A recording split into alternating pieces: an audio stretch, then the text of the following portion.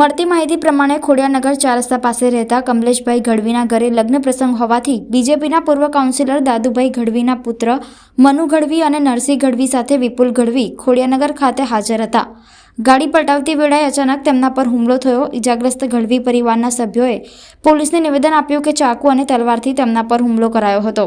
વિપુલ ગઢવીએ જણાવ્યું હતું કે લૂંટના ઈરાદે આ ઘટનાને અંજામ આપ્યો છે. સોનાની ચેન, વીંટી સહિત રોકડ રકમની લૂંટ ચલાવી છે. આ અંગે વિપુલ ગઢવીએ વધુ માહિતી આપી છે. મારું નામ વિપુલ ગઢવી છે. આપણે ખોડિયારનગરથી અંદર ડીમાર્ટ વાળો જે રોડ ખરો ત્યાં અમારા ભાણિયાની દુકાન છે, ભગવતી ડેરી. ભાણિયાના લગ્ન નહોતું એના હિસાબે અમે કપડાં લેવા જતા હતા. ત્યાં ઊભા હતા બધા ભાઈઓ, શોપિંગ કરવા જવાના હતા. તો ત્યાં મોટો ભાઈ આવ્યો પેમેન્ટ આપવા અમને, અને એની ગાડીમાં બીજું પેમેન્ટ હતું ને એ જતો હતો અમારા પંપ પર. તો જ્યાંથી અમને પેમેન્ટ આપી અને ત્યાંથી નીકળ્યા તો એટલામાં જ અવાજ આવ્યો, કાચ એટલે કે અનબનાવ બન્યો એવો અવાજ આવ્યો અને અમે દોડીને ગયા તો કાચ તૂટ્યો હતો અને લાખાભાઈ છે એ ગાડીમાંથી બેગ કાઢતા હતા અને ભાગતા હતા.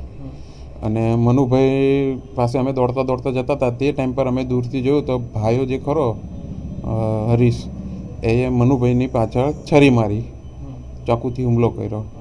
અને પછી પપ્પુ ગઢવી છો એ તલવારથી મારવા ગયો એટલે હું ત્યાં પહોંચી ગયા અમે લોકો ભાઈઓ, અને તલવારે એ મારી મને મારવા ગયો માથામાં. મેં હાથ આડો કર્યો તો મારે નસ કપાઈ ગયા હાથની.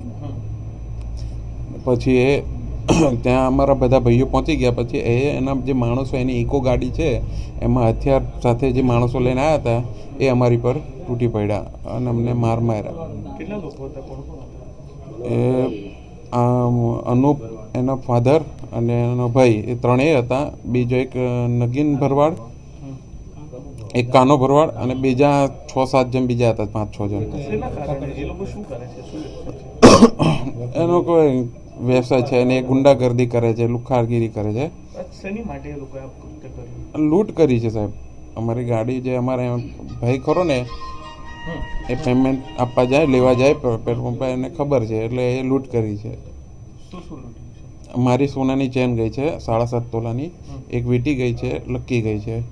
પછી નરસિંહભાઈ છે એમની ચેન તોડીને લઈ ગયા.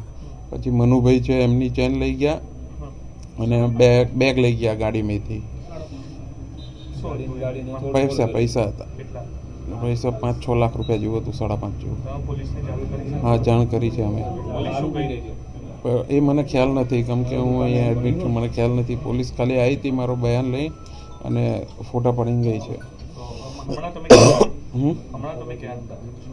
કલાવતી હોસ્પિટલમાં. વિપુલ ગઢવી.